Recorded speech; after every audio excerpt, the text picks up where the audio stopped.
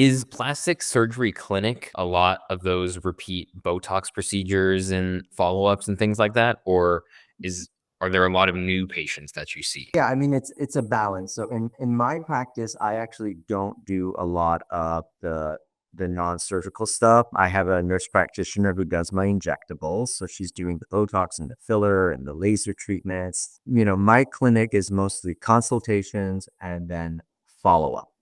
So as my practice has gotten busier, I have like a medical assistant and a nurse who kind of follow me around so that I can be more efficient. So there's a lot of like teaching that goes on after surgery. Here's what you need to do with your pain medication. Here's what we want you to do with your wound. Here's what we want you to do with your scar. Here's the, instructions for how to take a shower.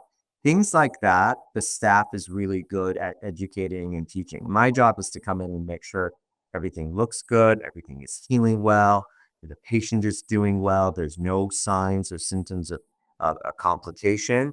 And then a lot of that teaching is done the by the staff.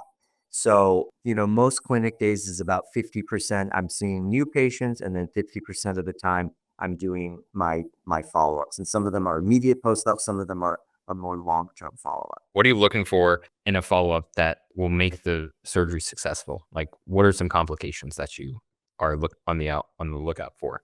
It really depends on what stage of the recovery process they're in. So, I see my patient the next day after surgery. That's when I'm looking for signs of bleeding. That's where I'm making sure that the patient hasn't had, God forbid, a complication related to, say, a blood clot that's shot to their lungs, which is extremely, extremely rare, but you need to know how to ask the right questions and to assess the patients. So usually on day one, you're looking for things like, are you eating well? Are you drinking? Are you well hydrated? Is your pain well controlled? Is there signs of bleeding? And then when I see the patient, say a week later, that's when I'm looking for more signs of infection.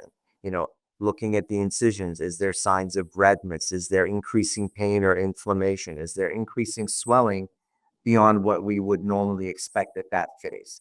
And then once we start kind of getting a little bit later on, it's more looking at really kind of the shape and form, because when patients come back the next day, that's not how they look in 6 months. There's a lot of swelling, and there can be bruising there. And so once we start to kind of get later and later on is where I'm kind of looking and seeing, okay, have the implants settled evenly? Is the swelling going down evenly? Is the contour that I was trying to achieve through that liposuction, are we achieving that shape? But most of the time, the truth is, I'm telling my patients, I go, most of the time after the surgery, 99% of the time, other than kind of just waiting and watching, I'm not doing a whole lot. It's just really kind of making sure that the patient is progressing along in the normal course of their recovery. So it's my job to make sure that they're following the path. And if I start to notice, hey, they're not really going down the right path, something's going on, then being like, okay, is it because of bleeding? Is it because of infection? Is there something going on that's affecting their recovery? Thank God that's obviously very rare, but my job is more just, a lot of hand holding, being their cheerleader, letting them know that it takes time for things to kind of heal and settle, but still also listening to them and reassuring them and making sure that their concerns are being addressed. Yeah, just like any other physician.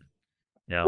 I would say so, yes. Thank you so much for listening. I hope you enjoyed. If you don't mind, please leave a like and subscribe. And with that being said, see you in the next one.